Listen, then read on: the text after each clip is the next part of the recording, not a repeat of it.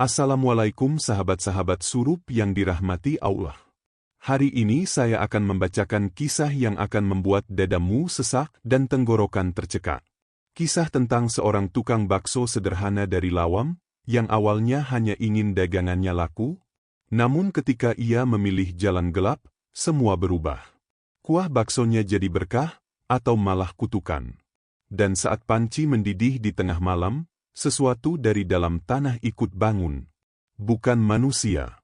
Bukan pula hewan. Tapi sesuatu yang minta tumbal. Apa yang sebenarnya ia tanam di bawah gerobak?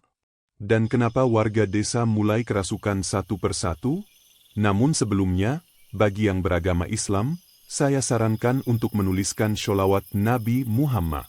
Agar kelak sholawat ini menjadi saksimu mendapat syafaat di akhirat. Like dan subscribe ke channel ini sangat membantu menyebarkan dakwah Islam dan menjadi amal jariah. Pagi di kawasan Lawang selalu disambut kabut tipis yang menggantung rendah di antara sawah dan jalanan kampung. Di salah satu sudut pasar kecil yang mulai hidup perlahan, ada satu gerobak bakso yang tak pernah sepi dari matahari terbit hingga adzan zuhur berkumandang. Di sanalah Pak Harun berdiri, dengan senyumnya yang tulus dan tangan yang cekatan menyendok bakso bulat dari panci besar berisi kuah hangat nan menggoda. Warga menyebutnya sebagai tukang bakso paling sukses se-Malang Raya. Tak ada yang bisa menyaingi ramainya. Bahkan, bakso legendaris di alun-alun Malang pun kalah ramai. Setiap hari, dari anak sekolah, ibu rumah tangga, hingga sopir angkot, semua rela antre panjang demi semangkuk bakso buatan Pak Harun. Tidak ada yang tahu resep aslinya, tapi yang jelas, selalu bikin ketagihan. Meski begitu, kesuksesan itu membawa rasa aneh yang tak bisa dijelaskan. Beberapa warga mulai bertanya-tanya. Kok bisa ya, dagangannya selalu habis sebelum jam makan siang? Gumam Bu Marni, pedagang sayur yang gerobaknya berada hanya 3 meter dari tempat Pak Harun mangkal. Tak cuma itu, ada satu hal lagi yang membuat bulu kuduk merinding. Hampir setiap malam, Pak Harun terlihat keluar rumah sekitar jam 2 pagi. Tak seperti orang lain yang tidur lelap, ia melangkah diam-diam melewati gang sempit menuju arah belakang perkampungan. Beberapa anak muda pernah melihatnya dari jauh, membawa bungkusan besar berwarna hitam, berjalan ke arah makam tua yang berada di tepi hutan pinus. Bau badannya aneh, kayak bau kembang busuk dicampur bau amis, kata Darto, penjual rokok keliling yang suatu malam tak sengaja berselisih jalan dengan Pak Harun. Namun di siang harinya, wajah Pak Harun kembali cerah seperti biasa. Ia menyapa pelanggan dengan ramah, suaranya tenang, matanya teduh. Bahkan, tak jarang ia memberi bonus 2 bakso ekstra jika tahu pelanggan tak punya cukup uang. Orang-orang mulai ragu dengan kecurigaan mereka. Mungkinkah hanya iri? Atau mungkin hanya perasaan yang dibesar-besarkan? Tapi satu hal yang membuat semuanya makin mencurigakan adalah ketika pedagang bakso lain mulai tutup satu persatu. Dalam 3 bulan terakhir, 5 tukang bakso gulung tikar. Semua mengeluh hal yang sama, dagangan mereka mendadak sepi. Bahkan, bakso yang baru dimasak pagi hari bisa basi sebelum siang. Sementara, dagangan Pak Harun tetap laris manis. Dan anehnya, setiap kali gerobaknya lewat, ada aroma khas yang tidak bisa dijelaskan. Bukan sekadar wangi kaldu atau daun bawang. Tapi, ada bau bunga melati yang menyengat, meski tak ada satupun bunga di sekitar gerobaknya. Kadang, bau itu seperti datang dari dalam kuahnya sendiri. Kecurigaan warga mulai berubah menjadi desas-desus. Ada yang bilang Pak Harun memakai penglaris. Ada juga yang menyebutkan ia pernah mondok di Gunung Kawi selama 2 minggu sebelum mulai jualan. Namun belum ada bukti nyata. Semua hanya spekulasi. Hingga suatu hari, seorang lelaki tua yang sudah lama dikenal sebagai pedagang bakso paling lama di Lawam, tiba-tiba menatap Pak Harun dengan mata merah dan suara bergetar. Namanya Pak Usman. Ia menatap gerobak Pak Harun yang dikerumuni pembeli sambil berkata lirih ke arah istrinya. Aku tahu betul, itu bukan dagang biasa. Dia pakai sesuatu. Dan aku akan buktikan. Di saat semua orang menikmati mangkuk bakso panas dengan lahap, ada sesuatu yang mulai mengendap di balik asap kuah dan senyum palsu. Sebuah rahasia kelam yang selama ini tersembunyi di bawah gerobak tua bercat biru puder itu. Pasar Lawang yang dulu ramai dengan suara panggilan penjual bakso kini berubah sunyi. Gerobak-gerobak kosong berdiri seperti bangkai besi yang ditinggalkan pemiliknya. Hanya satu yang masih hidup, gerobak Pak Harun, berdiri tegak di bawah pohon trembesi besar, dengan asap kuah mengepul dan aroma yang menggoda siapa saja yang lewat. Pak Usman duduk di kursi kayu warung kopi kecil di seberang jalan. Matanya menatap tajam ke arah Pak Harun yang sibuk melayani pembeli. Warungnya sendiri sudah sebulan lebih tutup. Bukan karena malas, tapi karena tak ada lagi yang datang. Baksonya basi, meski baru dimasak, katanya pada istrinya suatu pagi, dengan nada kecewa. Istri Pak Usman, Bu Lestari, hanya bisa mengelus dada.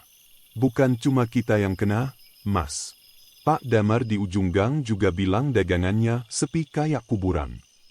Tapi hanya Pak Usman yang benar-benar menaruh curiga mendalam. Ia merasa ini bukan sekadar nasib buruk, tapi ada yang lebih gelap di balik gerobak Pak Harun.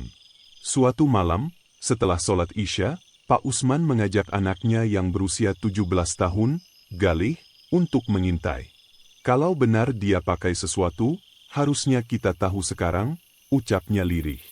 Mereka berdua menyusup perlahan ke balik semak yang mengarah ke jalan kecil dekat kuburan tua. Jam menunjukkan pukul 2:10 saat mereka melihat sosok Pak Harun berjalan sendiri, membawa karung hitam besar. Langkahnya pelan, tapi wajahnya sangat serius. Ia berhenti di depan salah satu makam yang terlihat masih baru. Tangan kirinya menggali pelan. Suara gesekan tanah begitu jelas terdengar di malam yang sunyi. Galih menahan napas. Ia menggenggam lengan ayahnya erat-erat. Pak, itu dia gali kuburan orang. Pak Usman mengangguk pelan, wajahnya berubah pucat. Tapi mereka tak berani lebih dekat. Hanya bisa melihat dari kejauhan saat Pak Harun membuka karung hitam itu dan mengeluarkan sesuatu yang membuat darah mereka nyaris berhenti mengalir. Sebuah potongan kaki manusia, masih utuh, lengkap dengan kuku dan sisa kain kafan yang menempel. Tak lama, Pak Harun mengambil sesuatu dari dalam saku, sebotol air bunga yang ia siramkan ke kaki itu sebelum membungkusnya lagi dan membawanya pergi. Tak ke rumah, tapi ke arah pasar. Esok paginya, berita tak masuk akal mulai menyebar cepat. Seorang anak kecil yang biasa jajan di gerobak Pak Harun, mendadak pingsan. Saat sadar, ia menangis keras dan berteriak, ada orang tanpa kaki duduk di bawah gerobak. Dia bilang haus dan minta tulang kakinya dikembalikan. Warga pun geger. Namun yang lebih membuat bulu kuduk merinding adalah apa yang terjadi malam harinya. Anak Pak Usman, Galih, tiba-tiba kejang-kejang dan kesurupan. Suaranya berubah berat dan serak. Dengan mata melotot, ia berkata, dia tanam kakiku di bawah gerobaknya. Dia ikatmu di sana. Aku marah. Aku akan bawa semua dagangannya ke kuburan. Pak Usman jatuh terduduk. Keringat dingin membasahi tubuhnya. Ia sadar, kecurigaannya selama ini bukanlah sekadar prasangka kosong. Dan sekarang, mereka harus memilih. Diam dan biarkan kejahatan itu terus terjadi, atau melawan sesuatu yang tak lagi bisa disentuh oleh logika manusia. Langit Lawang malam itu diguyur hujan gerimis. Kabut turun lebih cepat dari biasanya, menutup pandangan hingga hanya beberapa meter ke depan. Di sudut gang yang mengarah ke pemakaman tua, suara langkah kaki terdengar pelan, seperti bayangan yang menari di antara dingin dan sunyi. Pak Harun kembali keluar rumah. Pakaiannya basah sebagian, seolah ia memang sengaja menantang dingin. Di tangannya, karung hitam yang sama seperti malam-malam sebelumnya. Tapi malam ini, ada satu hal berbeda. Langkahnya lebih cepat. Matanya tak menoleh ke kiri atau kanan, hanya fokus ke depan. Seolah sedang diburu waktu. Atau mungkin, sedang diikuti sesuatu yang tak terlihat. Di belakangnya, dua pasang mata memperhatikan dari kejauhan. Galih dan temannya, Andre, memberanikan diri mengikuti diam-diam. Mereka tak tahan dengan rasa penasaran yang membakar. Apalagi sejak kejadian kesurupan itu, Galih dihantui mimpi buruk bertubi-tubi. Sosok wanita tanpa kaki yang terus memanggilnya, menyuruhnya, "Buka gerobak itu, lepaskan aku." Mereka melihat Pak Harun memasuki makam tua yang paling ujung. Nisan-nisan di sana sudah miring, ditumbuhi lumut tebal. Ia berhenti di salah satu gundukan tanah, membuka karungnya, dan mulai menabur bunga melati sambil melantunkan doa dengan bahasa yang tak dikenali. Seperti Mantera. Tapi bukan bahasa Arab. Bukan pula Jawa halus. Seolah ia sedang berkomunikasi dengan sesuatu dari dunia lain. Setelah selesai, ia keluarkan potongan tulang kaki yang dibungkus kain putih dan menempelkannya ke dada. Dengan mata terpejam, ia berkata lirih, "Mu belum kenyang. Besok dagangan harus habis. Kalau tidak, ambil istri dan anakku sebagai ganti." Galih menutup mulutnya sendiri. Andre gemetar. Pak Harun lalu menyiram tulang itu dengan air yang ia bawa dalam botol plastik. Air itu berwarna kuning pucat dan berbau anyir. Ia mengoleskan air tersebut ke sendok kuah, ke mangkuk bakso, dan ke kain gerobaknya yang ia bawa serta malam itu. Semua perlengkapan dagangannya tampak disucikan oleh cairan itu. Saat ia berdiri hendak pergi, Galih menginjak ranting kecil. Suaranya memecah keheningan. Pak Harun langsung menoleh. Tapi yang ia lihat hanya kabut yang tebal. Galih dan Andre sudah tiarap di balik batu nisan, menahan napas. Pak Harun sempat diam beberapa detik, menatap sekitar dengan mata curiga. Tapi akhirnya ia melanjutkan langkahnya pergi, membawa semua perlengkapannya kembali ke rumah. Saat pagi datang, cerita menyeramkan mulai menyebar lagi. Seorang perempuan yang membeli bakso pagi itu, tiba-tiba muntah darah saat sampai di rumah. Ia mengaku melihat sekelebat sosok tinggi berambut panjang berdiri di belakang Pak Harun ketika ia sedang menyendokkan bakso ke mangkuknya. Warga mulai gelisah, tapi tak ada yang berani menegur langsung. Hanya Pak Usman yang makin yakin bahwa ritual yang dilakukan Pak Harun sudah masuk dalam ranah terlarang. Bukan lagi sekadar jimat atau penglaris biasa, tapi perjanjian dengan makhluk dari dunia yang tak boleh disentuh. Dan malam itu, Andre pun ikut mimpi buruk. Ia melihat sebuah tangan keluar dari dalam panci kuah bakso, menariknya ke dalam kegelapan.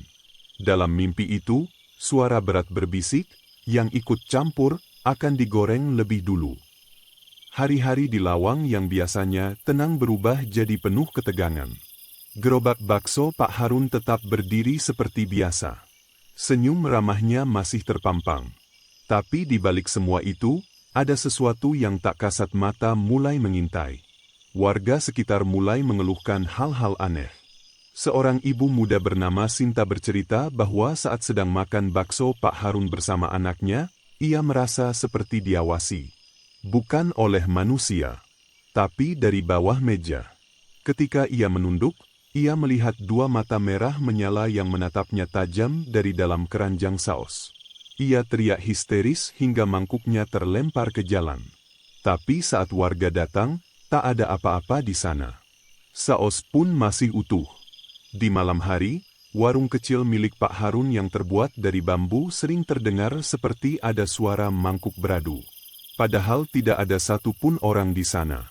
Kadang suara itu disusul dengan tawa kecil perempuan.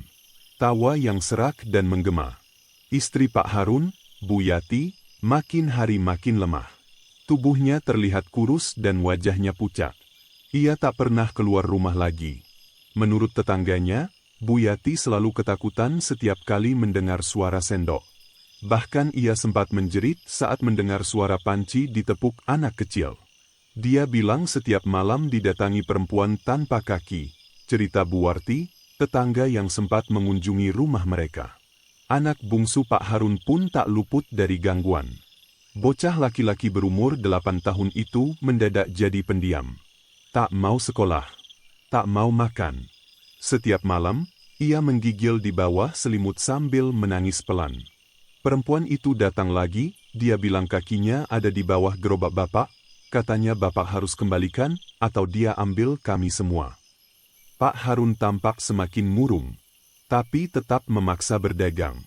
Ia menolak semua ajakan warga untuk istirahat atau pergi berobat.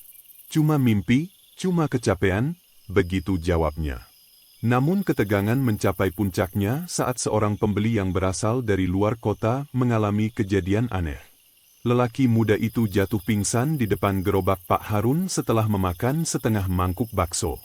Tubuhnya menggeliat seperti kesetrum. Saat sadar, ia memelototi Pak Harun dan berteriak, "Kembalikan dia. Kembalikan tubuhnya.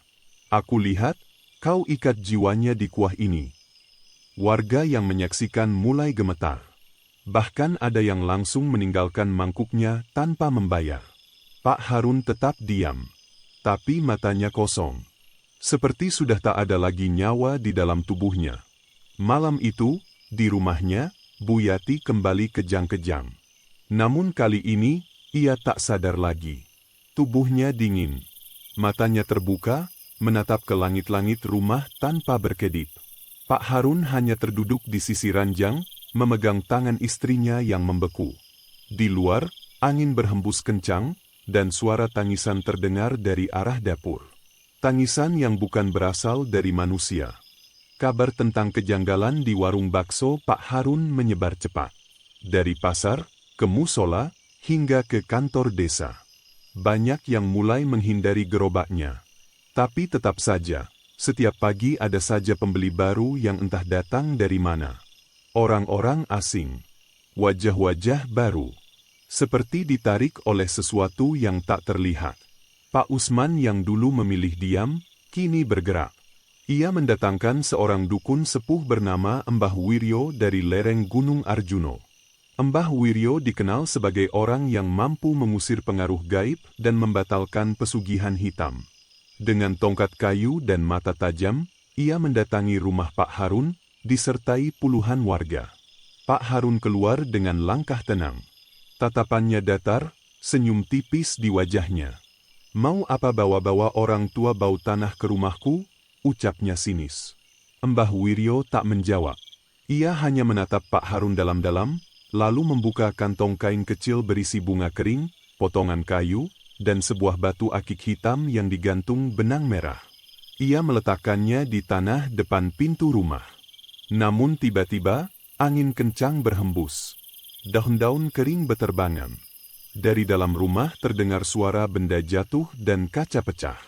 Lalu, samar-samar, terdengar suara tawa, suara perempuan, pelan, menyayak. Mbah Wiryo menancapkan tongkatnya ke tanah dan mulai membaca mantera. Suaranya berat dan bergetar. Tapi baru beberapa bait, Pak Harun menjerit, "Cukup. Jangan main-main di sini, Mbah. Ini wilayahku sekarang." Ia mengangkat tangannya ke arah langit, dan seketika itu langit mendung bergemuruh. Petir menyambar pohon pisang di sebelah kanan rumah, membuat semua orang mundur ketakutan. Pak Harun menatap semua warga dengan tatapan marah. "Kalian pikir aku takut dengan ancaman kalian? Daganganku laris bukan karena kalian, tapi karena aku tahu cara bicara dengan yang di atas sana." Mbah Wiryo melangkah maju. "Yang kau ajak bicara bukan dari atas, tapi dari bawah. Dan yang dari bawah, pasti minta tumbal." Pak Harun tertawa pelan. "Kalau mu pikir bisa hentikan aku, silakan coba. Tapi jangan menyesal kalau mu jadi tumbal berikutnya." Setelah itu, ia menutup pintu rumahnya keras-keras. Malamnya, Pak Harun kembali ke dapur. Di sana, ia menyiapkan rendaman baru. Bukan lagi air bunga seperti sebelumnya, tapi air rebusan dari kuku kaki jenazah. Ia peras hingga keluar cairan kekuningan, lalu mencampurkannya ke dalam ember yang ia pakai untuk mencuci mangkuk-mangkuk dagangan. Setiap sendok dan piring diusap dengan air itu. Bahkan, ia oleskan sedikit ke gerobak yang kini diletakkan dalam rumah karena takut dibakar warga. "Ikut lagi, aku butuhmu lebih kuat," gumamnya sambil menempelkan tangannya ke kayu gerobak. Seketika itu, lantai rumahnya bergetar halus. Dan di belakangnya, bayangan hitam melintas cepat, lalu menghilang ke arah panci kuah. Sementara itu, di sudut rumah, anak bungsunya bangun dengan keringat dingin. Ia berbisik pada ibunya yang terbaring tak sadarkan diri. "Bu." Perempuan itu bilang, "Malam Jumat ini akan datang lagi. Tapi bukan untuk mangkuk, dia mau ambil nyawa." Langit lawang malam itu terasa aneh. Hening. Terlalu hening. Bahkan suara jangkrik dan anjing pun seolah enggan menyentuh udara. Rumah Pak Harun yang terletak di ujung gang sepi tampak gelap, hanya diterangi temaram lampu minyak di dapur belakang. Gerobak baksonya berdiri seperti biasa, tapi tak lagi di luar rumah. Sudah 3 malam berturut-turut, Pak Harun menyimpannya di dalam. Sejak warga mulai mencurigai dan menantang keberaniannya, Pak Harun tak lagi berani terlalu terbuka. Ia duduk bersila di depan gerobaknya. Di depannya, beberapa benda ditata rapi, mangkuk porselen, 1 potongan kain kafan, air rendaman kuku jenazah, dan kembang setaman. Ia mulai merapal sesuatu. Suaranya rendah, seperti gumaman, tapi sesekali menggema seperti ada gema balik dari dinding rumah. "Ikat arwahmu di kuahku, kenyangkan lapar dari dagingku, jangan ganggu anak istriku, cukup buat daganganku ramai." Angin tiba-tiba bertiup dari celah-celah papan rumah. Lampu minyak berkedip-kedip. Gerobak itu pun bergetar pelan, seolah menanggapi. Dan, dari dalam panci kuah yang belum diisi air, terdengar seperti bunyi napas, panjang dan berat. Seperti makhluk yang sedang tidur dan perlahan bangun. Pak Harun tersenyum tipis. Namun di saat bersamaan, suara tangisan terdengar dari kamar depan. Anaknya kembali mimpi buruk. Tapi kali ini tangisannya bukan karena takut, melainkan seolah sedang melihat sesuatu yang nyata. Ia memeluk tubuh ibunya yang masih lemah sambil berkata, "Bu." Perempuan itu berdiri di pojokan dapur. Dia tapi matanya berdarah. Pak Harun yang masih di dapur perlahan berdiri. Wajahnya tegang. Ia menatap sudut ruangan. Tak ada siapa-siapa. Tapi saat ia melangkah ke arah itu, lampu minyak padam dengan sendirinya. Dalam kegelapan, hanya ada suara kuah menggelegak dari panci kosong. Lalu, bau anyir memenuhi ruangan. Sangat kuat. Bukan bau darah biasa, tapi seperti bau daging mentah yang direndam bunga melati busuk. Dan dalam kegelapan itu, Pak Harun merasa ada sesuatu menyentuh bahunya. Dingin, basah, dan diam. Ia langsung menyambar korek api. Saat cahaya kecil menyala, tidak ada siapa-siapa. Tapi di lantai, ada bekas jejak telapak tangan basah menuju gerobaknya. Pak Harun tak berkata apa-apa. Ia hanya menutup mata, lalu berkata lirih, "Malam ini, jangan lebih dulu. Aku belum siap kehilangan. Aku tahu kau sudah bangun. Tapi tunggu sampai semua datang sendiri padamu." Gerobak itu berhenti bergetar. Dan malam pun kembali tenang. Hanya saja, saat fajar menyingsing, warga sekitar rumah Pak Harun mencium bau aneh. Bau kuah bakso, tapi bukan seperti biasanya. Ada aroma lain yang menggigit hidung. Seperti bau kuburan setelah hujan. Dan sejak pagi itu, setiap orang yang lewat depan rumah Pak Harun, mengaku merasa ditatap seseorang dari balik jendela. Padahal, jendela itu selalu tertutup rapat. Hari itu, matahari lawang terasa terhalang mendung yang menggantung berat sejak pagi. Beberapa warga sudah mulai menjauh dari rumah Pak Harun. Bukan hanya karena takut, tapi karena rasa mual yang entah kenapa muncul setiap kali lewat depan rumahnya. Bahkan anak-anak yang biasa bermain layangan pun tak mau melintas gang itu. Pak Usman, yang sejak seminggu terakhir mengawasi diam-diam, memutuskan untuk bertindak. Bersama 2 warga lain dan seorang ustadz muda dari desa sebelah, ia datang dengan niat baik, meminta Pak Harun menghentikan apapun yang sedang ia lakukan. Tapi pintu rumah Pak Harun terkunci. Tak ada jawaban meski pintu diketuk berkali-kali. "Dia ada di dalam," kata salah satu tetangga. Tadi malam masih terlihat nyalain lampu dapur. Karena khawatir, Pak Usman mengajak beberapa warga untuk mendobrak pintu belakang. Begitu pintu terbuka, bau busuk menyambut dari dalam rumah. Tapi bukan bau bangkai. Bukan juga bau makanan basi. melainkan campuran aneh antara kemenyan, kuah bakso, dan bau melati busuk. Gerobak bakso berdiri di tengah dapur. Panci kuahnya kosong, tapi di dalamnya ada bekas darah kering yang membentuk simbol aneh. Mangkok-mangkok tersusun rapi, tapi sebagian ada bercak seperti tanah kuburan. Dan yang paling mengejutkan, di bawah papan alas gerobak, terselip sesuatu yang dibungkus kain putih dekil. Salah satu warga, Pak Rinto, memberanikan diri menariknya. Tangannya gemetar. Begitu kain itu dibuka, semua terdiam. Bahkan Ustadz muda itu tak bisa menyembunyikan wajah pucatnya. Isinya adalah potongan tulang kaki, lengkap dengan kuku yang panjang dan kering, serta sisa-sisa kulit yang sudah menghitam. Pak Usman langsung mundur. Beberapa warga menutup hidung sambil mengucap istighfar pelan. Ini beneran kaki manusia, ucap Ustadz itu dengan suara tercekak. Dan ini udah lama, tapi dijaga baik. Warga langsung geger. Suara-suara keras mulai terdengar dari luar rumah. Ada yang panik, ada yang muntah, dan ada yang menangis karena ingat keluarganya yang dikubur di makam belakang kampung. Pak Harun tidak ada. Istri dan anaknya juga tidak terlihat. Namun, di dalam kamar depan, hanya ada satu hal yang membuat semua bergidip. Di atas ranjang, tertata 3 mangkuk bakso. Masing-masing mangkuk sudah berisi. Ada kuah, ada mie, ada pentol. Dan di dalamnya, ada sehelai rambut panjang yang melingkar. Siapa yang masak ini? Tanya Pak Usman dengan suara bergetar. Tak ada yang menjawab. Tiba-tiba, pintu belakang rumah tertutup sendiri. Angin berhembus ke dalam. Semua lilin yang dinyalakan padam bersamaan. Dan dari dalam panci kuah di dapur, kembali terdengar suara lirih. Tawa kecil. Lalu, seolah ada yang bergeser di bawah lantai dapur. Gerobak itu pun bergetar pelan. Sejak malam Jumat itu, rumah Pak Harun ditinggalkan. Tak ada yang berani masuk lagi.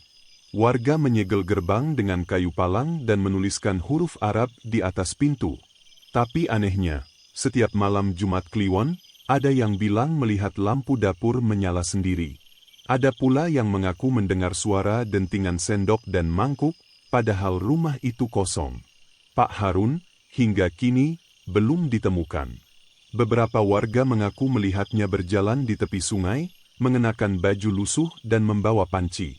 Ia menoleh ke arah siapapun yang melihat, lalu tersenyum, senyum yang terlalu lebar untuk wajah manusia. Tapi saat dikejar, ia menghilang begitu saja di balik kabut.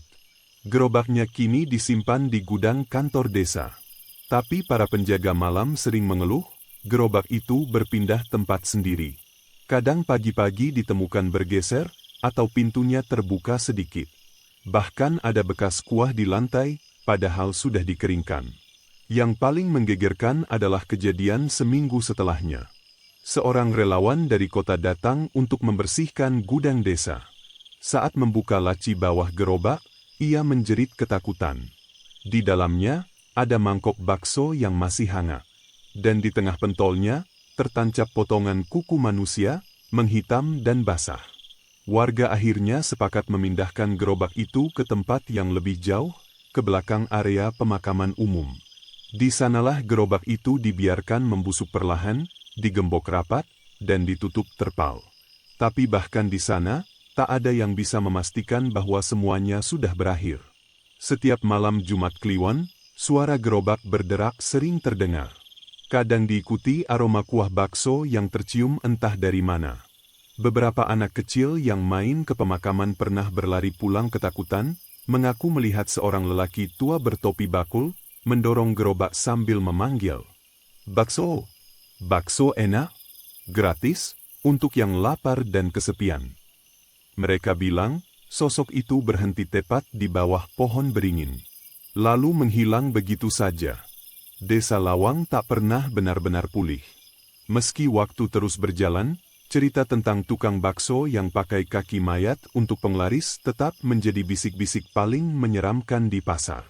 Dan di setiap panci bakso yang mulai mendidih, orang-orang selalu bertanya dalam hati, ini beneran kuah sapi, atau sesuatu yang lain?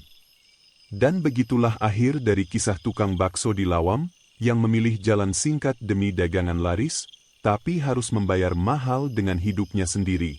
Tak ada keberkahan dari sesuatu yang diawali dengan kecurangan. Karena sesungguhnya, rezeki yang baik datang dari usaha yang jujur dan sabar, bukan dari perjanjian dengan kegelapan.